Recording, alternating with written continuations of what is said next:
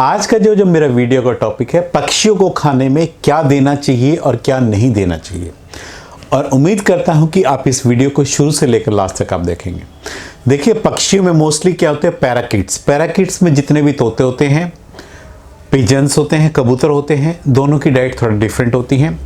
उसमें हम किस तरह का खाना दे सकते हैं, घरेलू खाने में हम क्या क्या दे सकते हैं, और कौन सी ऐसी चीज़ें होती हैं जो हमें बिल्कुल अवॉइड करनी चाहिए, क्योंकि कुछ चीज़ें ऐसी होती हैं कि उनको देने से उनके स्वास्थ्य पर उनका बहुत बुरा प्रभाव पड़ता है। सबसे पहले आप पैराकिट्स को ले लीजिए, तोतों को ही ले लीजिए। तोते के अंदर यदि आप सबसे छोटे बर्ड्स को लेते हैं, जैसे बजरीगर्स हो गया, कॉकटेल हो गया, ये मोस्टली आपने देखा होगा दाने के अंदर जो है कंगनी वगैरह खाना प्रेफर करते हैं। लार्ज पैराकिट्स के अंदर आपने देखा होगा ये जो सीड्स खाते हैं, जैसे मकाऊ हो गया, सल्फर कैस्टिड हो गया, या और जितने भी बड़े और दूसरे पैराकिट्स हैं वो जो है बड़े सीड्स खाते हैं, जैसे सनफ्लावर सीड्स या कॉम्बिनेशन ऑफ सीड्स उनको प्रेफर करते हैं। ये चीज़ें उनकी डाइट में देनी चाहिए। लेकिन पिजन्स के केस में हम क्या कर सकते हैं, हम घरेलू दाने को मिक्स करके उसकी एक वैरायटी आप बना सकते हैं। जैसे इस टाइम सर्दी का टाइम है, हमें पता है कि सर्दी के टाइम में थोड़ा बॉडी के अंदर ऑयल कंटेंट ज़्यादा चाहिए होती है और इनकी बॉडी को गर्म रखने के लिए जो होता है। सर्दियों के अंदर जैसे अमूमन हम कबूतरों को दाने में क्या देते हैं, बाजरा हो गया, मक्का हो गया, चना हो गया, क्योंकि ज्वार जो होती है ठंडी होती है, इसलिए सर्दियों में अवॉइड करनी चाहिए। गेहूं भी ठंडा होता हो, वो सर्दियों में नहीं देना चाहिए। गेहूं और ज्वार जो है गर्मियों में ज़्यादा देनी चाहिए।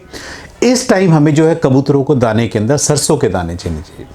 सरसों के दानों में एक तो ऑयल कंटेंट होता है, और दूसरा यदि आपका कबूतर इस टाइम सरसों के दाने खाता है तो ऑटोमेटिक आप मान के चलिए उसकी बॉडी में जो उसकी जो स्किन ड्राई होती है, वो ड्राइनेस उसकी डाइट में बिल्कुल भी नहीं आएगी ये चीज़ देने से।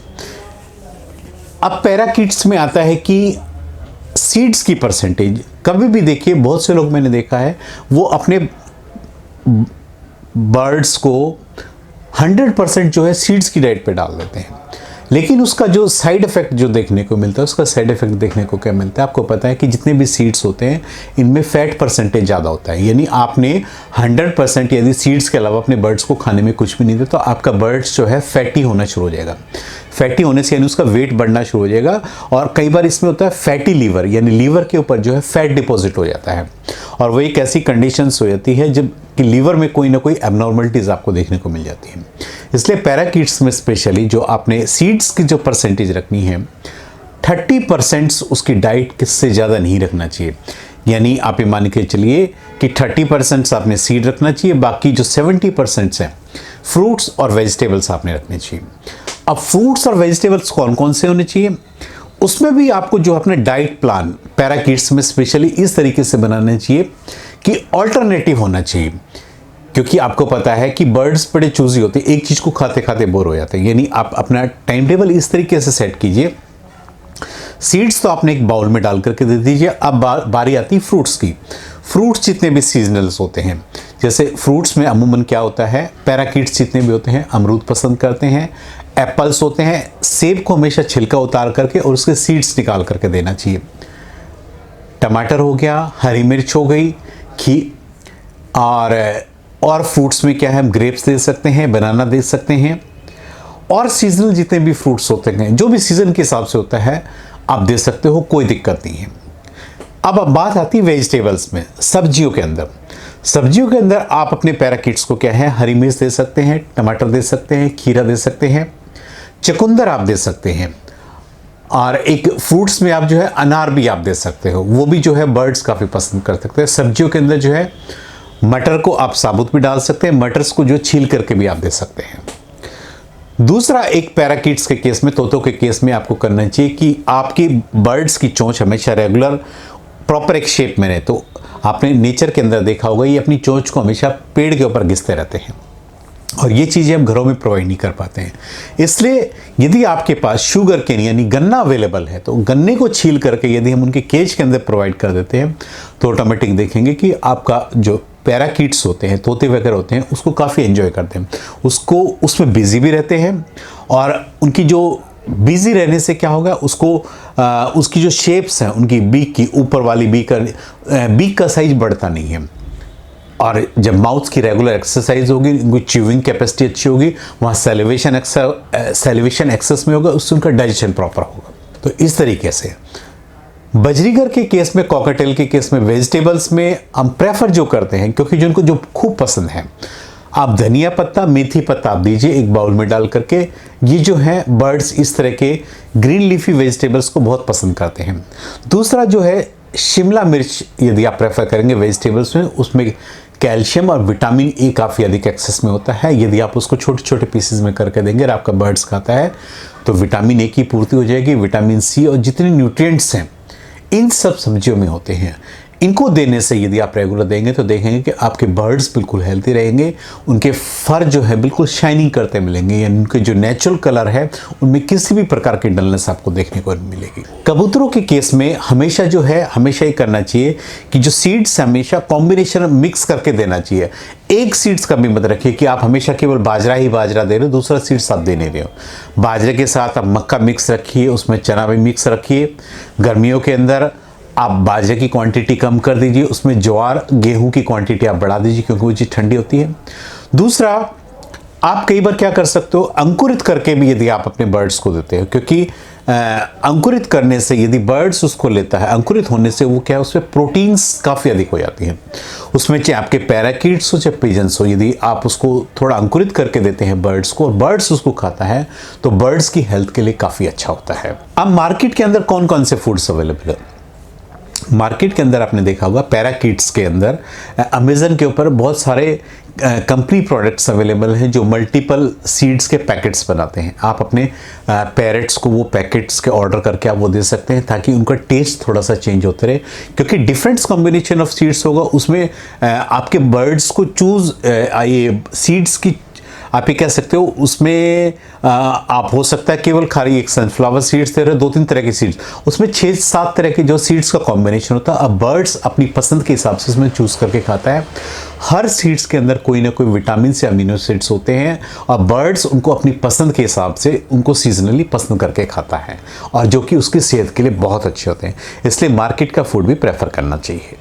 बर्ड्स को यदि आपने हेल्दी रखना है तो आप हमेशा ये याद रखिए, चाहे पिजन्स हो चाहे पैराकीट्स हो, उनको हेल्दी रखने के लिए कि ताकि इन फ्यूचर बीमार ना हो, बर्ड्स को महीने के अंदर 7 डेज में एक बार एंटीबायोटिक्स में जरूर देना चाहिए, ताकि यदि कहीं से वो हल्का फुल्का इन्फेक्शन कैच करते हैं तो अब पीने के पानी में रेगुलर एंटीबायोटिक आप 1 हफ्ता दे देते हैं तो वो इन्फेक्शन वहीं कंट्रोल हो जाएगा और आपके बर्ड्स जो हैं पूरे हेल्दी बने रहेंगे। आप लीवर टॉनिक आप जरूर दीजिए पीने के पानी में 7 डेज तक जो है पीने के पानी में आप कैल्शियम भी दे सकते हैं। पिजन्स के केस में आपको अपने बर्ड्स को कैल्शियम ग्रिट्स, यानी जो कैल्शियम ग्रेनुल्स होते हैं वो आपको जोड़ देना चाहिए, क्योंकि वो कैल्शियम का सोर्स भी होते हैं, और दूसरा उनके सीड्स को डाइजेस्ट करने में बहुत ज़्यादा हेल्प करते हैं, और उनकी हड्डियों की मजबूती के लिए ये जो कैल्शियम के ग्रिट्स होते हैं ये भी काफ़ी हेल्पफुल होते हैं।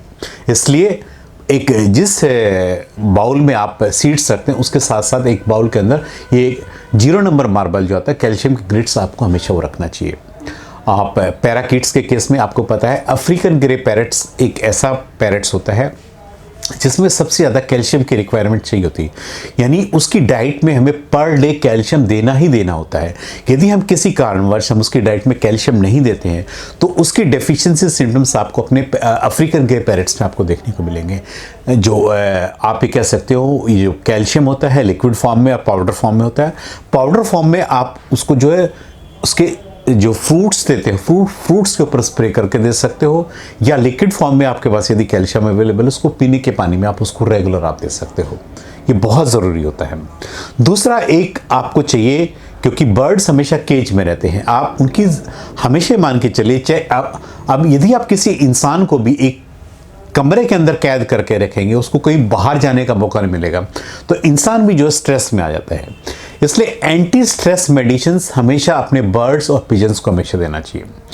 एंटी स्ट्रेस मेडिसिन्स में क्या होता है, मोस्टली क्या होता है, एक तो कोशिश कीजिए एक तो केज का साइज हमेशा बड़ा हो, उसमें नंबर ऑफ टॉयज़ को होने चाहिए खेलने के लिए, और वो टॉयज़ जो है 2 या 3 महीने में आप उसको रेगुलर चेंज करते रहिए। आप इम्यूनिटी बूस्टर दे सकते हो ताकि वो स्ट्रेस में आए तो उनकी इम्यूनिटी ऑटोमेटिक इंक्रीज होते रहे, उससे आपके बर्ड्स का स्ट्रेस का लेवल नीचे नहीं जाएगा और आपका बर्ड्स कभी बीमार नहीं पड़ेगा। तो ये चीज़ें भी बहुत ज़रूरी हैं, जो आपको इन चीज़ों की नॉलेज होना भी बहुत ज़रूरी है। सर्दी से बचाव के लिए आपको अपने बर्ड्स के जो है केज को हमेशा ऊपर कपड़े से कवर करके रखना चाहिए, या आप उसमें एक ये बल्ब भी लगा सकते हो ताकि वो उनका जो केज का जो टेम्परेचर है, अंदर का रूम का टेम्परेचर, आप उसको सेट करके रख सके।